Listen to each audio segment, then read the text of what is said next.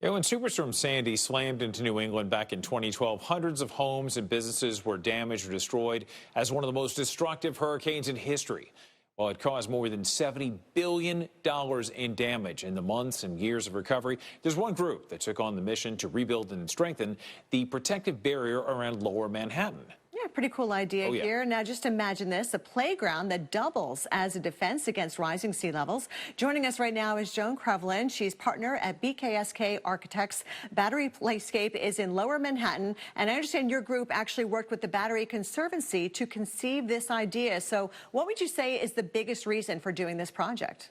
Well, it's a real opportunity to double where children play and can experience the natural environment with protecting our coastlines, so that we know that the Battery Playscape will flood again. It's right where land meets water at the tip of Manhattan. But to design a space where kids can play, experience the natural environment, and when it does flood, it can resist it. It's resilient and it can recover. And those kind of methods of managing the water become part of the play experience. Well, can you tell us a bit about what is it? It's an 18-foot bluff that holds a series of slides and acts as it's kind of an informal flood wall, right? And not exactly that. What it is that there are five areas in the playscape. One is the bluff, as you say. There is a riverbed, there is a marsh, there's a meadow, there's a dune. So the play opportunities kind of mimic the kinds of ecologies one finds where water meets land. But the water management strategy is not a wall. It is the ability to channel water to permeable bioswales, which slow the filtering of the water back into the aquifer. And they're planted so it becomes almost like a vegetated spine. So kids are playing, and with bridges that children can walk over.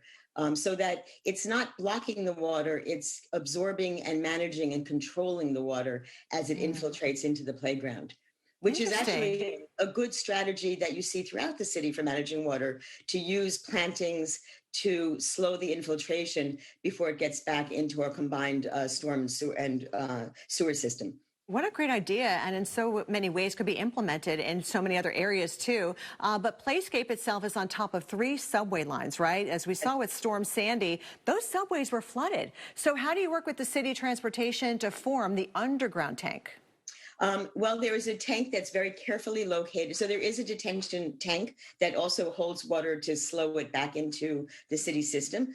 And it's very, very careful understanding of where those subway channels are so that we don't harm anything, understanding where we can planting tree roots and where we can put a large tank to make sure that we stay out of the way of the subway line. So the project was quite challenging given the amount of infrastructure that's underneath, and one just has to work with the different city agencies and stay out of their way.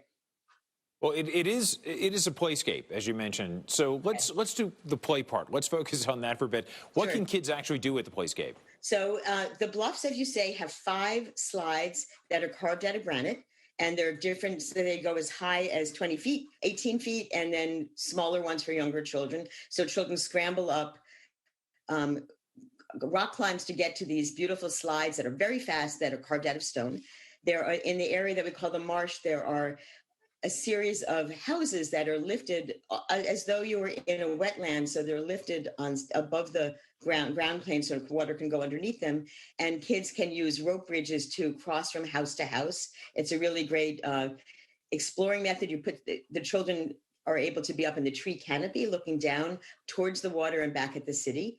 There is what we call a dune, which is imagine a sand dune that kids can climb up, and it becomes seating for a theater called Showbox, where there are a series where it's a small 14-foot cube theater where performances and puppet performances happen.